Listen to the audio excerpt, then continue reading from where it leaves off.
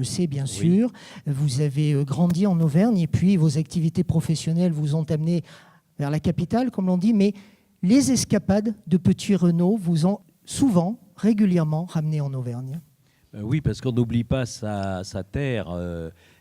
Donc on est obligé, je trouvais toujours le plus petit prétexte pour persuader mon producteur Marine Karmitz. Je lui disais, il faut que j'aille en Auvergne parce que j'ai découvert un aubergiste comme ça et il est hors de question que je passe à côté. Alors il me disait, vas-y. Puis la semaine suivante, je disais, au fait, j'ai découvert encore un type en Auvergne qui fait des fromages comme ça. Et puis, etc. Il m'a dit au bout d'un moment, mais ce serait pas un peu suspect ton affaire? Alors oui, je suis le fameux suspect numéro 1.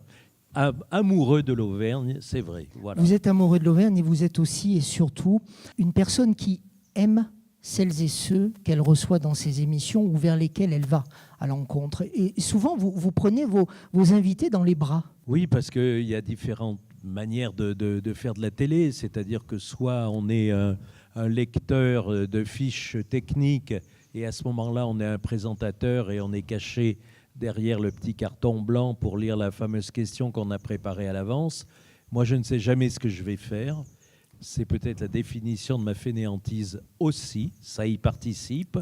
Mais donc, j'y vais comme ça, j'y vais avec beaucoup de franchise et de proximité, parce que ces gens qui nous font la table ici en Auvergne sont souvent des taiseux. Et donc, vous savez que pour dépasser le oui ou le non, vous allez bien aujourd'hui? Oui. Et alors donc, comment vous faites votre andouillette comme je peux? Bon, d'accord, on se dit 26 minutes comme ça va être long. Donc, il va falloir que je le mette, que je l'embobine.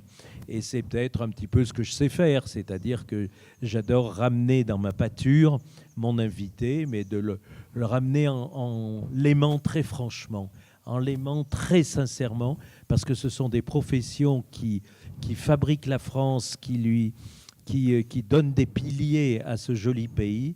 Et donc, je ne veux pas rater cette idée-là. Et puis, vraiment, en Auvergne, on trouve ce qu'il faut. On a déjà fait une émission dans l'après-midi. Et vous m'avez dit que ces personnes, précisément celles vers lesquelles vous allez à la rencontre un peu partout en France, sur tous les territoires du pays, ce sont des traces de ce que nous sommes les uns les autres, les traces de la culture, les traces de notre patrimoine. Oui, puis c'est un petit fil extrêmement fragile, parce que sans en avoir l'air, ça ne fait pas de bruit. Mais c'est un fil d'Ariane qui est tissé comme ça. Que viennent faire les étrangers dans nos jolies régions? Ils viennent simplement goûter à cette vérité de l'assiette. Donc on ne va pas passer à côté, il faut l'entretenir, cette vérité-là. Et donc il ne faut pas couper ce fil d'Ariane, il faut être là pour encourager des gamins qui vont être futurs boulangers, futurs charcutiers, et leur dire qu'ils sont nobles et qu'ils sont beaux. Parce que c'est plus facile pour la famille quand on est élève d'une école de commerce, parce qu'au moins on ne sait pas ce qu'on va faire plus tard, mais on y est dans l'école de commerce. Faites attention, il y en a qui sont en école de commerce ici voilà, présents. Donc je les aime beaucoup aussi. Hein, c'est dit, mesdames, messieurs.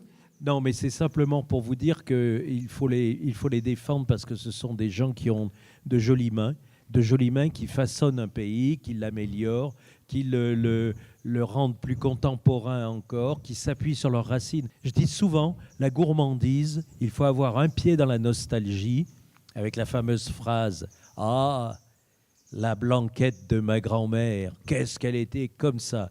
Il ne faut surtout pas dire à quelqu'un qui a ce point de vue qu'elle était peut-être pas si terrible que ça, la blanquette. Ah oui, forcément. Parce que en la mangeant, il voulait aussi en même temps manger sa grand-mère. Il voulait bouffer sa grand-mère. Et donc, il faut avoir un pied dans la nostalgie et puis un pied aussi dans une démarche plus contemporaine. Et je salue toujours ces créatifs qui apportent un élan comme ça à la table.